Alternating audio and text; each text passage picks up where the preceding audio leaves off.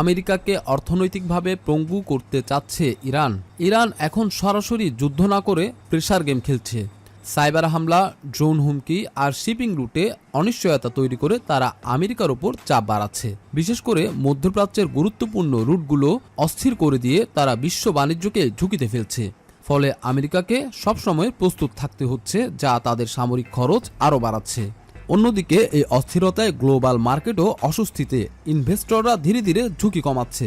আর এই সুযোগটাই নিচ্ছে ইরান, কারণ তারা জানে দীর্ঘ সময় চাপ ধরে রাখলে আমেরিকা নিজেই ক্লান্ত হয়ে যাবে। ইউরোপের দেশগুলো, বিশেষ করে ফ্রান্স, এখন সরাসরি যুদ্ধে জড়াতে চাচ্ছে না। তারা নিজেদের অর্থনীতি আর নিরাপত্তা হিসাব করছে আগে, তারপর সিদ্ধান্ত নিচ্ছে। এর মূল কারণ হচ্ছে আমেরিকা শুধু চায় সব ক্ষেত্রে তারাই এগিয়ে থাকবে। এই চিন্তা থেকে আমেরিকা ফার্স্ট নীতি নেয়, মানে নিজের লাভ আগে, বাকিরা পরে। কিন্তু সমস্যা হলো এই ধরনের একতরফা নীতি উল্টো এখন আমেরিকার উপরে আন্তর্জাতিক চাপ বাড়িয়ে দিচ্ছে।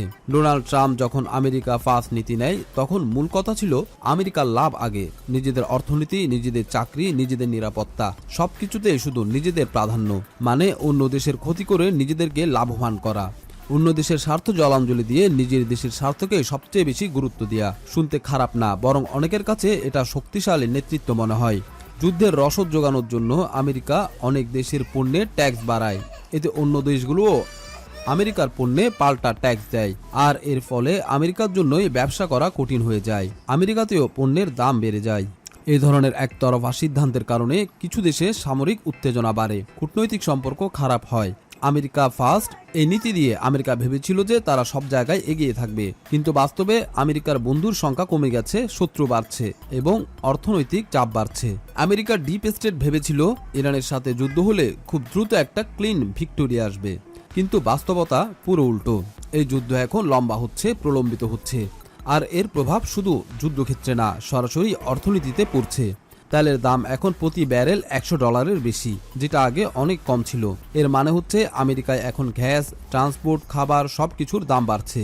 এখন সাধারণ আমেরিকানরা বলছে ডোনাল্ড ট্রাম্পের আগ্রাসী যুদ্ধনীতি ও একতরফা পদক্ষেপের কারণে যুক্তরাষ্ট্র যখন বিভিন্ন সংঘাতে জড়িয়ে পড়ে, তখন সামরিক ব্যয় দ্রুত বেড়ে যায় এবং অর্থনীতির উপর চাপ তৈরি হয়। ইতিহাসে ইরাক ওয়ার এবং ওয়ার ইন আফগানিস্তান দেখিয়েছে দীর্ঘমেয়াদী যুদ্ধে $1 ট্রিলিয়ন খরচ হয়ে দেশের অর্থনীতি দুর্বল হয়ে পড়ে।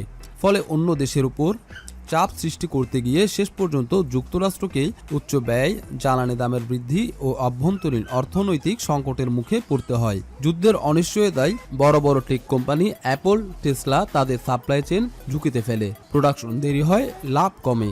বিদেশি বিনিয়োগকারীরা ধীরে ধীরে টাকা তুলে নিতে শুরু করে, ফলে নতুন ইনভেস্টমেন্ট কমে যায়, অর্থনীতি স্লো হয়ে পড়ে। আর সবচেয়ে বড় কথা, সরকার যখন যুদ্ধে বেশি ফোকাস দেয়, তখন দেশের ভেতরের সমস্যা অর্থাৎ চাকরি, শিক্ষা, স্বাস্থ্য অবহেলিত হয়, যা দীর্ঘমেয়াদী বড় ক্ষতি ডেকে আনে। মিত্র দেশগুলোর সাথে ফাটল ঘটে, ন্যাটো এখন প্রশ্নের মুখে। দেখেন, আমেরিকা একা সুপার পাওয়ার হয় নাই। ইউরোপের দেশগুলোর সাথে মিলে সহযোগিতার মাধ্যমে তারা একটা জোট বানিয়েছিল, আর তার নাম হচ্ছে ন্যাটো। এই জোটটাই ছিল তাদের সবচেয়ে বড় শক্তি। কিন্তু এখন কি হচ্ছে?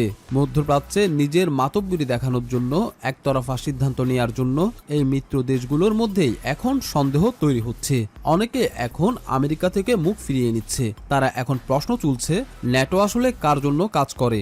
এমনকি ডোনাল্ড ট্রাম্প নিজেই প্রকাশ্যে বলেছে যে তাদের এখন আর ন্যাটোর পাশে দাঁড়ানোর প্রয়োজন নেই। ভাবেন অবস্থা, যেখানে একসময় ইউরোপের এক দেশ আরেক দেশকে সহযোগিতা করে আমেরিকাকে পরাশক্তি বানিয়েছিল, এখন সেখানে আমেরিকার প্রতি সবার অবিশ্বাস তৈরি হয়েছে।